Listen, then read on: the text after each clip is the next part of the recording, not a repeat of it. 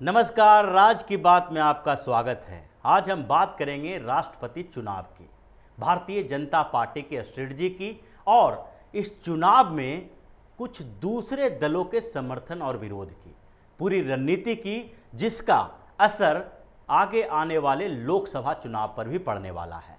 इन सारे मुद्दों पर चर्चा करने से पहले ये समझ लें कि राष्ट्रपति के चुनाव की घोषणा हो चुकी है। 18 जुलाई को चुनाव होगा और 21 जुलाई को मतगणना होगा। उसके बाद भारत को एक नया राष्ट्रपति मिलेगा।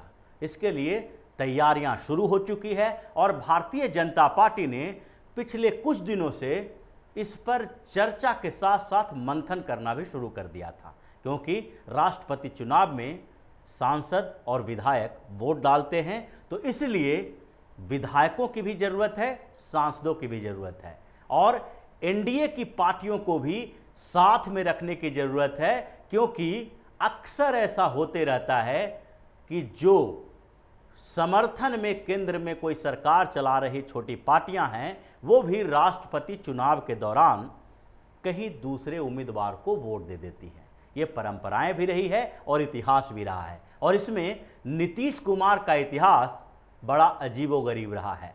कभी ये एनडीए के साथ रह के यूपीए के राष्ट्रपति उम्मीदवार को समर्थन दिए, तो यूपीए के साथ रहते हुए एनडीए के राष्ट्रपति उम्मीदवार को समर्थन दिए। ये मामला उठा था जब प्रणब मुखर्जी को राष्ट्रपति का उम्मीदवार बनाया गया था और उस समय एनडीए के पार्ट थे नीतीश कुमार, लेकिन उन्होंने एनडीए के समर्थन करने के बजाय प्रणब मुखर्जी को समर्थन दिया।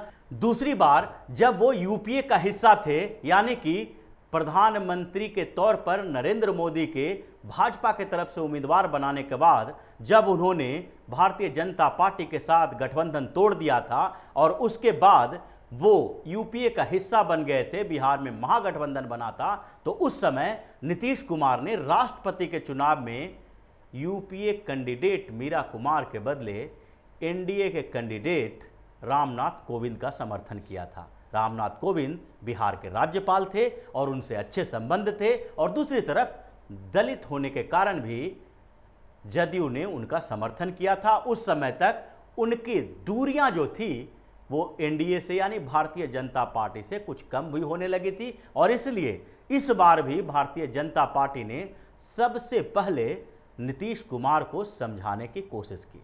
इसके लिए धर्मेंद्र प्रधान को पिछले दिनों भेजा गया था और ये कहा गया था कि भाजपा के जो राज्य के नेतृत्व हैं, राज्य के नेता हैं, उनके साथ धर्मेंद्र प्रधान मुलाकात नहीं करेंगे, बल्कि नीतीश कुमार के साथ डायरेक्ट मुलाकात करेंगे और उनसे राष्ट्रपति चुनाव में समर्थन के लिए बात करेंगे।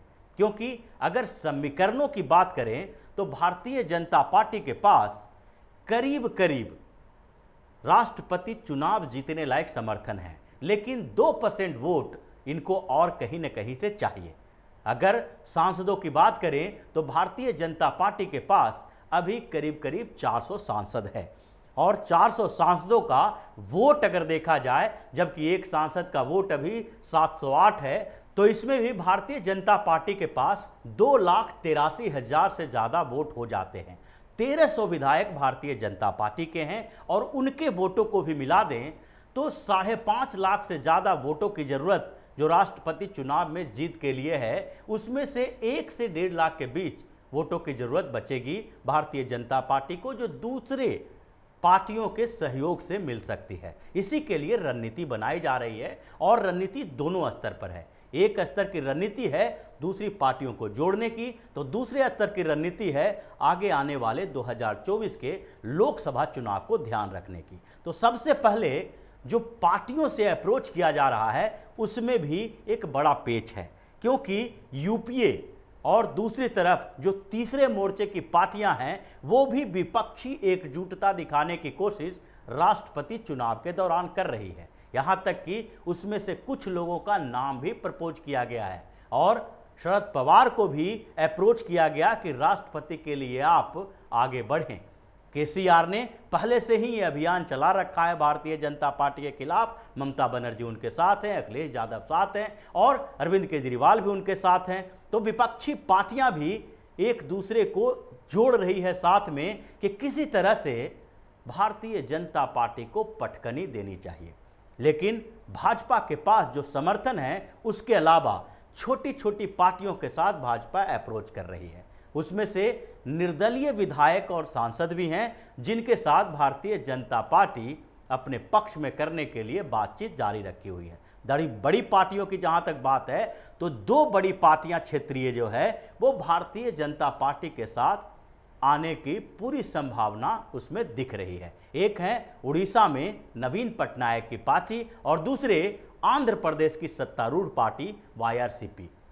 जगन मोहन रेड्डी के साथ भी भाजपा के अच्छे संबंध हैं, तो दूसरी तरफ नवीन पटनायक भी अलग अलग मुद्दों पर संसद में भारतीय जनता पार्टी का साथ देते रहे हैं। और जो इस तरीके से अभी कुछ दिनों से जो भारतीय जनता पार्टी के खिलाफ गठबंधन बन रहे हैं, चाहे वो कांग्रेस का हो या केसीआर, ममता बनर्जी, शरद पवार आदि का हो, ये सब में इन दोनों को शामिल नहीं किया जाता रहा है, क्योंकि न तो नवीन पटनायक राष्ट्रीय राजनीति में इतना इंटरेस्ट ले रहे हैं और न ही जगन मोहन रेड्डी भी इस तरह के राजनीति में इंटरेस्ट ले रहे हैं। तो आंध्र प्रदेश और उड़ीसा की इन दोनों पार्टियों का समर्थन भारतीय जनता पार्टी को मिलने की पूरी संभावना है। और उसके अलावा जो दूसरी छोटी पार्टियां हैं उससे भी संपर्क किया जा रहा है।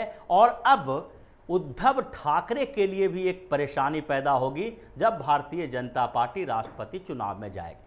हो सकता है कि उद्धव ठाकरे खुलकर समर्थन और विरोध न कर सकें, लेकिन उनके कई सांसद और विधायक जो हैं वो राष्ट्रपति चुनाव में भाजपा का साथ देने के लिए तैयार बैठे हैं और दूसरे कई विधायकों के साथ भी संपर्क किया जा रहा है। तो पूरी स्थिति को देखा जाए तो अभी इक्वेशन के लेवल पर, समीकरण के लेवल पर, वोट के लेवल पर भारतीय जनता पार्टी के पास सफिशिएंट समर्थन है जिसके आधार पर वो राष्ट्रपति बना सकती है, उपराष्ट्रपति बना सकती है। लेकिन दूसरा आधार जो इन सबके साथ जुड़ा हुआ है वो है किसे राष्ट्रपति बनाया जाए। इस पर भी भारतीय जनता पार्टी दो तरह की स्ट्रेटजी बना रही है। एक स्ट्रेटजी है कि दूसरी पार्टियों के समर्थन का, दूसरा है 2024 के लोकसभा चुनाव और हाल में होने वाले जो दिसंबर महीने में होंगे हिमाचल प्रदेश और गुजरात के चुनाव, उसके बाद अगले साल 4-5 राज्यों में जो चुनाव होने हैं, सबके बीच एक समीकरण बनाना है। और इसके लिए भाजपा ने दो तरह की स्थितियां देखी है और उसी पर विचार भी किया जा रहा है। एक विचार किया जा रहा है कि कहीं न कहीं महिला को किसी को राष्ट्रपति बनाया जाए। महिला के राष्ट्रपति बनाने के साथ ही उसमें जातीय समीकरण भी देखा जा रहा है कि या अगर आदिवासी महिला कोई हो तो उससे ज़्यादा बेहतर हो सकता है, SC ST में से किसी कम्युनिटी का हो तो भी बेहतर हो सकता है। उसके अलावा OBC के ऊपर भी भारतीय जनता पार्टी की नज़र है। लेकिन ये दोनों के बीच में एक बात है कि अगर OBC में भी महिला OBC कोई हो तो वो ज़्यादा बेहतर माना जाएगा। ऐसा मंथन चल रहा है भारतीय जनता पार्टी के अंदर और उसमें से कुछ आदिवासी महिलाओं का नाम भी सामने आ रहा है, जिसमें द्रौपदी मुर्मू का नाम भी सामने है और अनुसुईया उइके का नाम भी सामने आ रहा है। इन लोगों के अलावा अगर कुछ परिस्थितियां बदली और भारतीय जनता पार्टी को कुछ दूसरी स्ट्रेटजी अपनानी पड़ी तो उसके लिए भी प्लान भी तैयार किया गया है कि अगर समर्थन में कुछ परेशानी हुई या फिर बड़े समर्थन से जीत की संभावना देखा जाए और मार्जिन अगर कम दिखाई पड़ रहा है तो उस रिस्क को हटाने के लिए भी भाजपा ने एक प्लान बनाया है, जिसमें कुछ ऐसे उम्मीदवार को सामने लाया जा सकता है जिसमें छोटी पार्टियां से लेकर कांग्रेस तक को विरोध करने के लिए 100 बार सोचना पड़े। और उसके लिए भाजपा ने एक प्लान किसी मुस्लिम को राष्ट्रपति बनाने का भी रखा है। जिस तरह से APJ अब्दुल कलाम को राष्ट्रपति बनाया गया था और उस समय NDA के पास बहुमत नहीं था और इसलिए ऐसे नाम सामने लाया गया जिसका विरोध करने के लिए किसी के पास कोई आधार न हो। कुछ इसी तरह इस बार भी किसी मुस्लिम कैंडिडेट को भी देखा जा रहा है भारतीय जनता पार्टी के अंदर और उसमें सबसे बड़ा नाम जो उभर कर सामने आ रहा है वो है आरिफ मोहम्मद खान का।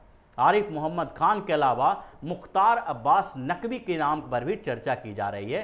एक तरफ आरिफ मोहम्मद खान मुखर होकर भारत में मुस्लिमों के कट्टरता के विरोध में बोलते रहे हैं। वो हमेशा, चाहे अभी केरल के राज्यपाल के तौर पर भी हों या फिर उससे पहले भी, जब भी इस्लाम में सुधार की या फिर कट्टरता की बात आती थी तो वो हमेशा मुखर होकर कट्टर इस्लामिक संस्थानों का विरोध करते आए हैं। तो राजीव गांधी के समय में जब वो मंत्री हुआ करते थे, गृह मंत्रालय में थे, तब भी उन्होंने विरोध किया था सरकार को शाह बानो मामले में संविधान संशोधन करने को लेकर।